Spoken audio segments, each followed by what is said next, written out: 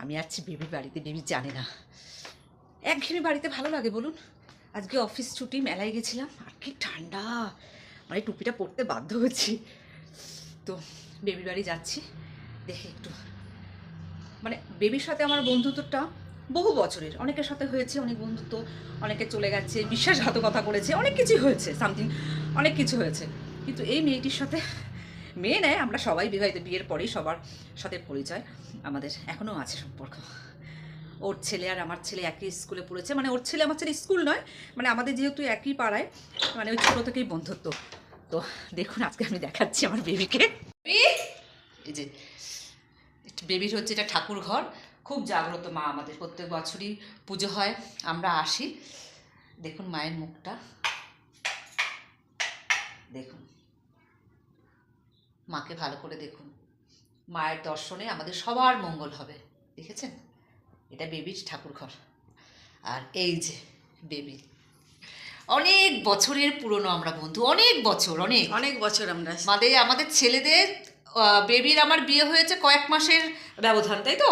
তারপরে ছেলে মেয়ে হয়েছে, ছেলেকে নিয়ে দুজনেই বেরোতাম ঘুরতে, ঘুরতে ঘুরতে বন্ধুত্ব অনেক টানাপোড়েন গেছে, অনেক রাগ অভিমান গেছে, কিন্তু আমাদের কখনো কথা বন্ধ হয়নি, দেখা বন্ধ হয়েছে।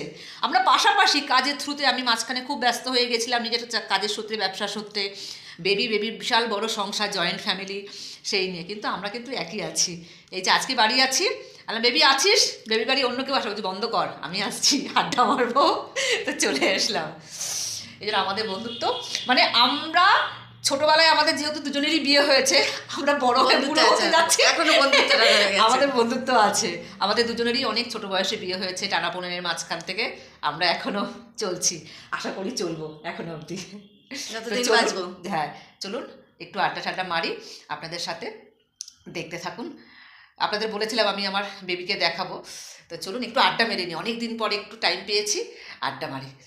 বেবির ঠাকুর ঘর, আড্ডাটা আপনাদের সাথে শেয়ার করবো না, সব কথা শেয়ার করা যাবে না, আমাদের একটু পিএমটিসি করবো, একটু এটা ওটা করবো, ওরা দেখাবো না আপনাদেরকে, ঠিক আছে?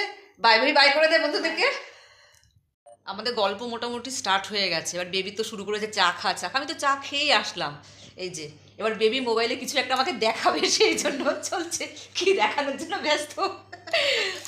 এবার গল্প চলছে মধ্য গগনে, এবার আমি উঠবো আস্তে আস্তে, আমাদের গল্প শেষ, এবার দুজনেরই বাড়ির কাজ আছে, ওর ননদ ফনদ সবাই আসতো, জয়েন্ট ফ্যামিলি, ননদরাও আছে, সব নিচে সব রয়েছে, আমি আরও ওপরে বসে গল্প করছি। এবার আমাদের যাওয়ার পালা, এবার কোথায় ঘুরতে যাব সেটা প্ল্যান করছি, মানে ওরা যখন ঘুরতে যায় আমার তখন থাকে অফিস, এবার ওরা যেই গ্রুপের সাথে ও যায়, আমাদের যে পাড়ার গ্রুপটা আছে তাদের আবার আমার